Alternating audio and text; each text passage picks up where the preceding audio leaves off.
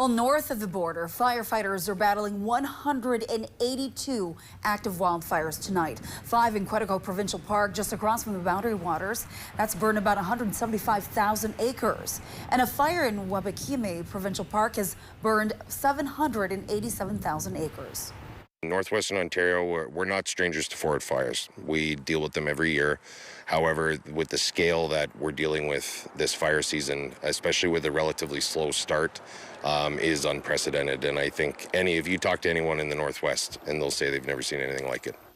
The fires have prompted criticism from President Donald Trump and other lawmakers who say Canada isn't doing enough to stop smoke from reaching American cities. Ontario Premier Doug Ford had a strong reaction to that criticism today. You got to remind President Trump that there's 3.9 million acres burning in the United States right now. And if we had resources, we would send them down to our closest friends and allies. So, you know something, rather than criticize and threaten Canada, your closest friends, maybe one day you're going to need our help like you did last year, and we deployed the people.